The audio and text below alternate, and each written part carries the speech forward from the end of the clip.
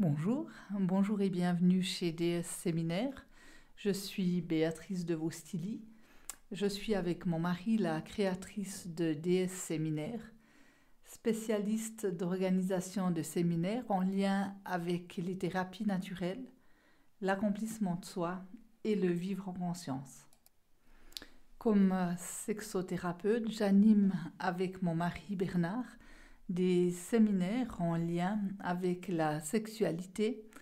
Et aujourd'hui, j'aimerais vous parler d'un mythe très courant, particulièrement chez les femmes, et qui, à mon sens, fait passablement de dégâts dans le rapport qu'elles entretiennent avec elles-mêmes, avec leur corps et avec leur conjoint. Il s'agit de ce que j'appelle le mythe du prince charmant. Le mythe du prince charmant, je crois que toutes les petites filles du monde, ou en tout cas la plupart d'entre elles en ont rêvé, d'un prince charmant qui, par un baiser délicatement déposé sur nos lèvres, viendrait nous délivrer et nous sortir de la torpeur dans laquelle nous sommes plongés pour nous amener vers un monde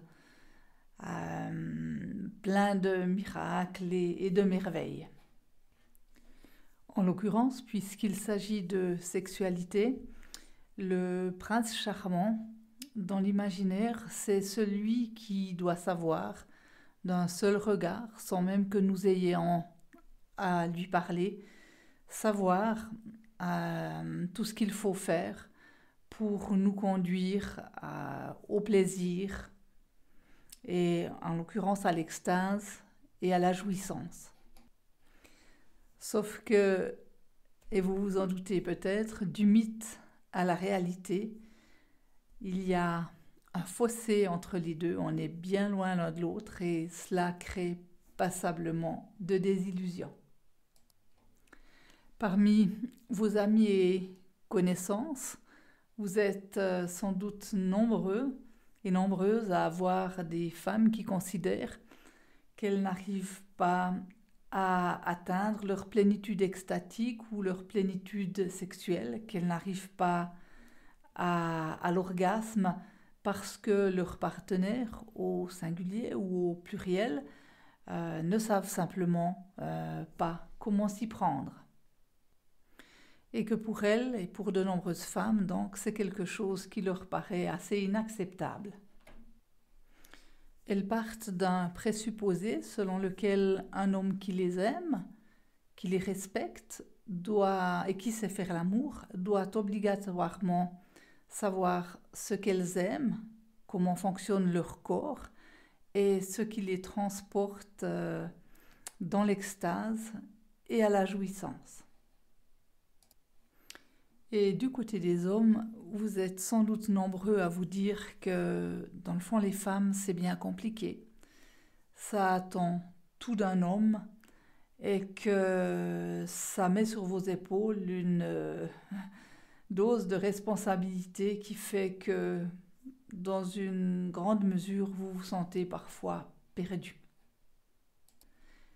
Oui, en tant qu'homme, vous vous sentez perdu parce que vous vous demandez bien ce qui véritablement peut satisfaire pleinement. Quelles sont les techniques, les astuces qui peuvent conduire d'une façon systématique, automatique, une femme vers son orgasme le plus puissant et sa jouissance la plus inoubliable. C'est d'autant plus vrai que ce qui est vrai un soir ne l'est plus forcément le lendemain et que lorsque votre amante ou votre amoureuse vous a dit « Écoute chérie, j'aime beaucoup ceci, j'aime beaucoup cela » et que lors d'une relation suivante, vous vous êtes appliqué avec beaucoup d'attention, beaucoup de bienveillance, beaucoup d'amour à reproduire ce qu'elle souhaitait que vous fassiez. Et puis que ce soir-là, c'est pas du tout ce dont elle a envie et que toute l'attention et toute la bienveillance dont vous avez fait preuve, finalement, tombe à plat. Parce que c'est une réalité dans la sexualité, comme dans bien d'autres domaines dans la vie, la vérité d'un jour n'est pas celle de toujours. Et il y a assurément de quoi décontenancer même un homme très très sûr de lui. La vérité, c'est que chacun est responsable de son orgasme et que c'est quelque chose qui n'est pas facilement admissible par toutes et par tous. Être responsable de son orgasme, cela veut dire en priorité apprendre à connaître son corps, être à son écoute, le découvrir constamment, savoir ce que l'on aime, ce que l'on n'aime pas. Oui, c'est une véritable responsabilité, un véritable engagement vis-à-vis de soi-même, de la compréhension du fonctionnement de son corps et de ses besoins en termes de sensualité et d'intimité.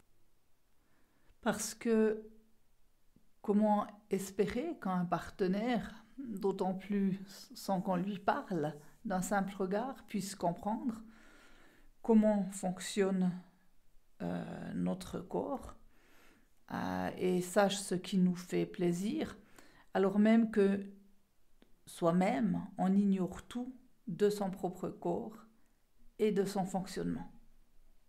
Ce n'est simplement pas possible et c'est illusoire de croire qu'un amant qui a déjà du mal à comprendre son propre corps puisse tout comprendre d'une autre.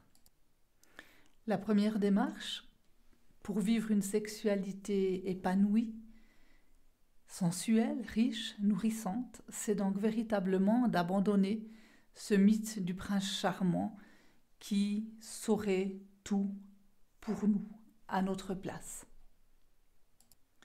et d'être à l'écoute de son corps. Pour cela, n'hésitez pas à vous renseigner, à lire. Il existe de très bons ouvrages sur le sujet, à écouter des émissions dédiées à ce genre de thématique, voire même si le besoin s'en fait sentir, à consulter un thérapeute. Ça peut parfois être utile. En un mot, cela veut dire prendre votre sexualité à votre charge et de vous y engager avec beaucoup de persévérance, mais d'enthousiasme aussi, parce que la sexualité, ça doit rester quelque chose de vivant, de sensuel, d'enthousiasmant, de pétillant. Alors voilà, pour aujourd'hui, c'était comment ne pas se laisser duper par un prince charmant qui dans le fond n'existe pas, pour accéder à votre sexualité extatique. Alors je vous souhaite beaucoup de plaisir à la découverte de votre corps, de celui de votre amant, amoureux, conjoint, et dans leur union et leur fusion respective. Et je vous retrouve tout bientôt pour un prochain épisode. Bye bye!